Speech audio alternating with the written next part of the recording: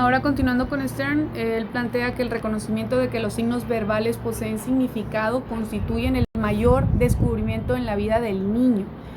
¿A qué se refiere con los signos verbales? Es que el niño observe las letras en su alrededor y se dé cuenta que esas letras dicen algo, dan un mensaje. Es como cuando ya hay niños que desde pequeños voltean a ver el logo, si es que van muy seguido al Pollo Loco, y aunque todavía no saben leer, define que ese logo, esas letras dan un mensaje, en este caso Pollo Loco, Coca-Cola, si es que van seguido al cine. Entonces, ese reconocimiento, cuando tú le estás enseñando a un niño a leer, el primer paso sería memorizar las letras, cómo están escritas y cómo el fonema.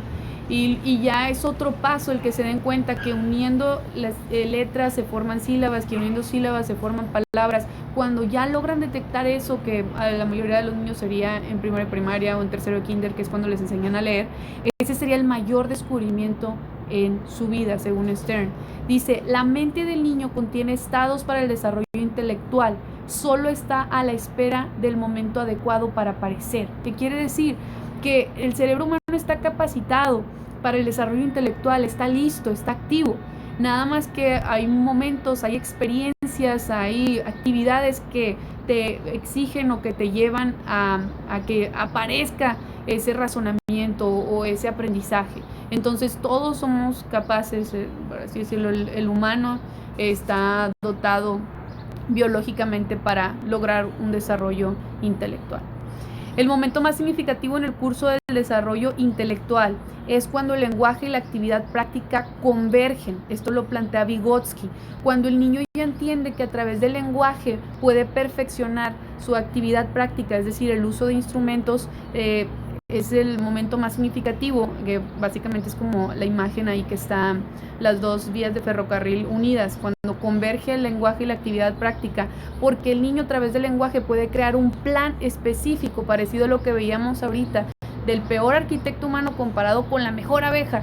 El arquitecto humano, aunque fuera el que menos sabe, crea un plan y eso hace que pueda perfeccionar su técnica. La actividad simbólica es una función organizadora que se introduce en el proceso del uso de instrumentos y produce nuevas formas de comportamiento. El lenguaje nos permite organizar, planear cómo usar de mejor manera los instrumentos, en este caso cuando el arquitecto está construyendo algo, y eso también produce nuevas formas de comportamiento, de ir haciendo mejores cosas, de innovar. El niño, antes de dominar su conducta, domina su entorno con ayuda del lenguaje. Esto sería un poquito parecido entre los 5 o 6 años, aquellas personas que hayan tenido experiencia con niños de preescolar o de maternal. Plantea esto Vygotsky muy interesante. Dice, antes de dominar su conducta, él domina el entorno con ayuda de su lenguaje. Entonces no es que el niño de preescolar o de maternal quiera molestar al adulto, es que en realidad su lenguaje le permite primero dominar lo que está a su alrededor antes de pensar, ay, debo de estar sentado en este momento, ay, debo de guardar silencio, que es lo que pasa en muchos salones de niños pequeños, que las maestras se esperan y dicen, ¿por qué no se queda en su lugar si está viendo que estoy explicando? Bueno, porque en ese momento él se da cuenta que su lenguaje le sirve para dominar su entorno, no tanto su propio comportamiento. Entonces, en el niño no solo actúa para lograr una meta, sino habla. En experimentos que hicieron con niños, les ponían una actividad y el niño no solo se esforzaba por resolver la actividad, sino estaba hablando de cómo la iba a resolver. Conversan espontáneamente a lo largo del problema. Levina planteó problemas y el niño primero, por ejemplo, le decían, mira, voy a dejar allá el dulce, y estaba en un lugar alto. Entonces, tú tienes que ir a obtener el dulce y tú te lo vas a quedar. El niño primero describía la cuestión de que, allá está arriba, ¿qué voy a hacer? Ahí hay una silla, puedo utilizarla, que sería la inteligencia práctica. Planificaba y luego reflexionaba sobre lo que hizo. Entonces, el niño puede tener nuevas relaciones con el entorno y una nueva organización de su conducta, porque planea, porque piensa en cómo mejorar lo que hizo. Al hablar, los niños crean mayores posibilidades que las de los monos, quienes lo realizan por acción.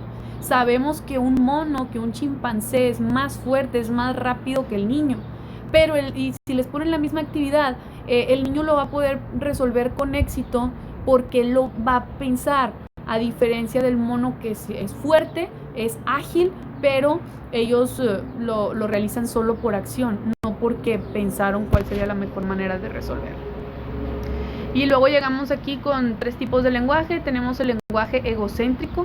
Al hablar no se preocupa por el interlocutor. Esto sucede con los niños más pequeños, como el ejemplo de Levina, de su experimento. Ellos están hablando y no les importa quién los está escuchando. Está muy cerca de la acción, es decir, de lo que van a hacer en ese momento. Y se aumenta cuando está más complejo el problema. Hablan más entre ellos para tratar de resolver la situación. Es el lenguaje egocéntrico para ellos solos. Con las experiencias, con las actividades, con la vida, se va pasando a un lenguaje comunicativo. El niño desea influencia al interlocutor. Si el niño ya está en un lenguaje comunicativo y ve que llega un adulto y el dulce está alto, puede acercarse y tratar de influenciarlo. Y hasta incluso aplicar súplicas para obtener su ayuda. Por favor, ayúdame, mira, ya está muy alto, no sé cómo hacerle, la silla está muy pesada, ¿me podrías ayudar? Entonces ahí en el lenguaje ya comunica para que él se pueda obtener ayuda, que es su voluntad. Y por último, ya sería el que todo adulto deberíamos de tener, el lenguaje interior, regulación del propio comportamiento. Tú mismo te dices, híjole, ¿qué hice? ¿Qué me faltó? ¿Cómo lo pude haber hecho mejor? Y recurren a sí mismos para resolver el problema. Tú te lo planteas y en lugar de ser uno comunicativo, de pedirle a alguien más que te resuelva o que te ayude, tú mismo comienzas a pensar y plantear cómo resolver ese problema, y ese sería un lenguaje interior. El mayor cambio en la capacidad del niño tiene lugar cuando el lenguaje socializado, es decir, el comunicativo, se interioriza, entonces adquiere una función intrapersonal, además de su uso interpersonal. Ya no nada más es para hablar con el otro, para suplicar, para pedir ayuda, sino que él mismo piense y internamente cómo va a resolver la situación de manera autónoma. También hay un experimento bastante interesante en lo que a niños les piden que dibujen. Entonces, el grupo de niños más pequeños les pedían que dibujaran un osito y que le pusieran nombre al oso. Los niños más pequeños era imposible que dijeran el nombre del osito. Hasta que lo pudieron dibujar, hasta que vieron el osito dibujado, le pudieron poner un nombre. En cambio, los niños más grandes de primaria mayor, después de 5º, 6º año, los niños primero pensaban en el nombre del oso, de que yo le voy a poner así, va a ser de este color, y posteriormente dibujaban lo que les habían pedido. Primero lo piensan los más grandes, y eso mismo que pensaron, ese mismo lenguaje que ellos están pensando, los guiaban para actuar, para hacer el dibujo. ¿Ok? Entonces esa es la diferencia. Los chiquitos necesitan ver el dibujo para ponerle nombre, y los más grandes piensan primero en nombre, características, cómo va a ser el osito, para posteriormente actuar. Las funciones cognitivas y comunicativas del lenguaje se convierten en la base de una nueva forma superior de actividad en los niños, distinguiéndolos de los animales.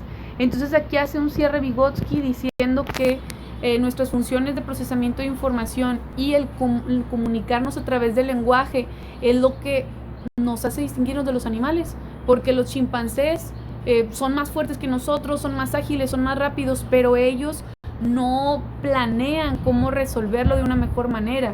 Entonces nuestro procesamiento de información y nuestro lenguaje, que nos permite planear, que nos permite tener una finalidad y perfeccionar lo que hicimos después de que elaboraste el problema o ya lo resolviste, tú todavía puedes cuestionarte cómo pudo haberlo hecho mejor, y eso nos permite ir mejorando cada que se nos presente una situación, y eso sería lo que hasta el capítulo 1 nos distinguiría de los animales: nuestras funciones cognitivas mejoradas y perfeccionadas a través del lenguaje, de planear cómo hacerlo, de que eso tiene nuestra propia finalidad, nuestra voluntad, y de que podemos perfeccionar lo que hacemos cada vez, porque el lenguaje nos permite pensar y replantearlo y perfeccionarlo.